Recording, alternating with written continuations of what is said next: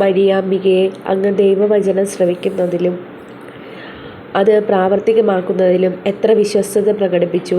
നിന്റെ വചനം പോലെ എന്നിൽ ഭവിക്കട്ടെ എന്ന അങ്ങേ വചസ്സുകളിലൂടെ ഒരു നവലോകത്തെ സൃഷ്ടിച്ചു. നാഥേ, ഞങ്ങളും ദൈവവചനം ശ്രവിക്കുന്നതിനും അതിനനുസൃതമായി ജീവിതം നയിക്കുന്നതിനും വേണ്ട അനുഗ്രഹങ്ങൾ നൽകണമേ.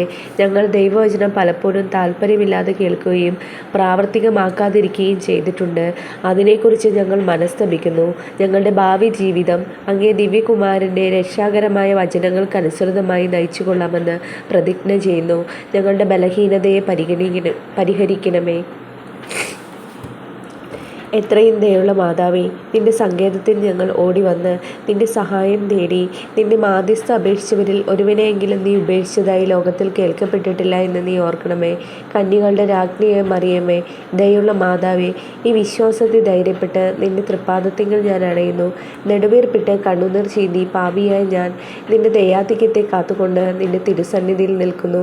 അവതരിച്ച വചനത്തിൽ മാതാവേ, എൻ്റെ അപേക്ഷ ഉപേക്ഷിക്കാതെ ദയാപൂർവം കേട്ടരുളണമേ. ആമേ.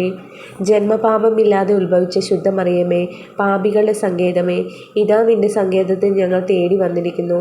ഞങ്ങളുടെ മേൽ അലിവായിരുന്ന് ഞങ്ങൾക്ക് വേണ്ടി നിന്റെ തിരുക്കുമാരനോട് പ്രാർത്ഥിച്ചു കൊള്ളണമേ.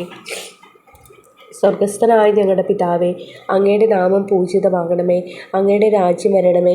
അങ്ങയുടെ തിരുമനസ്സ് സ്വർഗത്തിലെ പോലെ ഭൂമിയിലുമാകണമേ. അന്നന്ന് വേണ്ടുന്ന ആഹാരം ഇന്ന് ഞങ്ങൾക്ക് തരണമേ. ഞങ്ങളോട് തെറ്റ് ചെയ്യുന്നവരോട് ഞങ്ങൾ ക്ഷമിക്കുന്ന പോലെ ഞങ്ങളുടെ തെറ്റുകളും ഞങ്ങളോട് ക്ഷമിക്കണമേ. ഞങ്ങളെ പ്രലോഭനത്തിൽ ഉൾപ്പെടുത്തരുതേ, തിന്മയിൽ നിന്ന് ഞങ്ങളെ രക്ഷിക്കണമേ. നന്മ നിറഞ്ഞ മറിയമേ, സ്വസ്തി. കർത്താവ് അങ്ങയുടെ കൂടെ സ്ത്രീകളിൽ അങ്ങ് അനുഗ്രഹിക്കപ്പെട്ടവളാകുന്നു. അങ്ങയുടെ ഉദരത്തിൻ ഫലമായി ഈശോ അനുഗ്രഹിക്കപ്പെട്ടവനാകുന്നു. പരിശുദ്ധ മറിയമേ, തമ്പുരാൻ്റെ അമ്മേ, പാപികളായ ഞങ്ങൾക്ക് വേണ്ടി ഇപ്പോഴും ഞങ്ങളുടെ മരണസമയത്തും തമ്പുരാനോട് അപേക്ഷിക്കണമേ. ആമേൻ.